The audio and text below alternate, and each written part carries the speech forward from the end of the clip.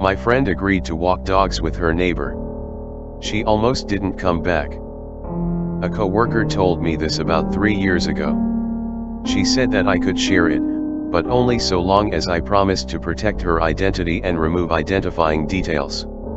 I'll do that now by referring to her only as M. This is the story M told me, as best as I can tell it to you. There was an older man in M's neighborhood who seemed very pleasant, in the way that elderly strangers often are.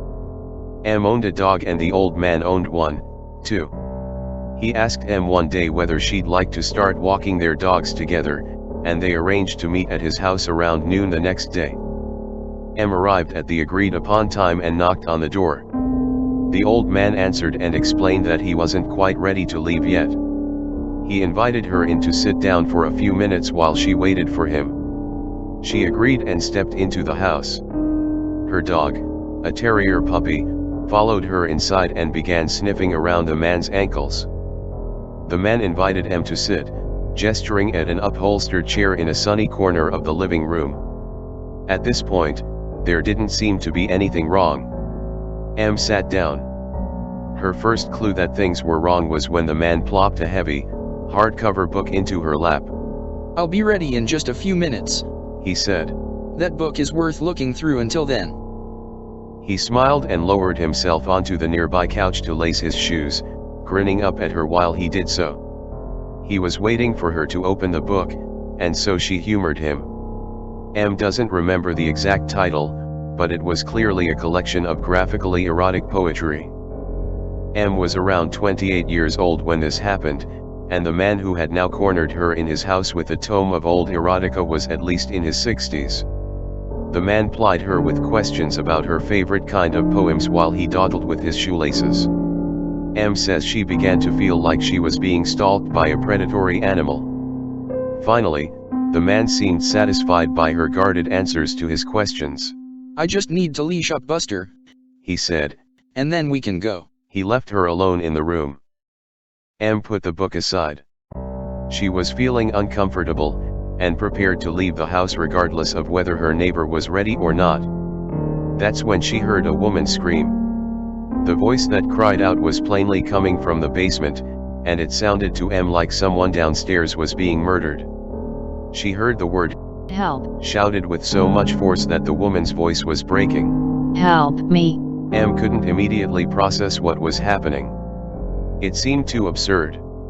Her terrier puppy froze in place upon hearing the scream, and then ran to her so that she could scoop him up in her arms. She rose from the chair to run for the front door, but the old man was suddenly standing behind her. He owned a much larger dog, and the hound was now leashed and ready at his hip. It bristled as though it too was now very nervous. "Don't worry," the old man laughed as though nothing strange at all had happened. "That's my..." He paused and snapped his fingers as though searching for a word. "What do you call it?" "Ah, yes. That's my parrot. I keep my parrot in the basement, and it just screams like that sometimes. He's my pet. That's all it was." "Help me," begged the voice from the basement. The man's smile grew wider and more cloying. "Let's go down to the basement," he said. "I'll show you, it's just my parrot down there." The old man was using his own body to try and move M down the stairs. He held the door to the basement open while blocking the hallway that led back to the front of the house. His large dog was bristling just behind him. M had only two choices. She could either agree to go down the stairs, or she could flee with her own dog directly backwards into the living room. M decided to flee backwards. She returned to the living room and started making excuses about why she needed to leave. The old man followed her into the living room, trying to calm her. She claimed that she was feeling sick, and that her boyfriend would be expecting her back home soon. M didn't really have a boyfriend waiting for her at home, but the old man's face deflated when she said that she did. Taking advantage of his hesitation, she was able to push past him and make for the front door of the house. The man didn't chase after her. He just protested angrily that she was being silly.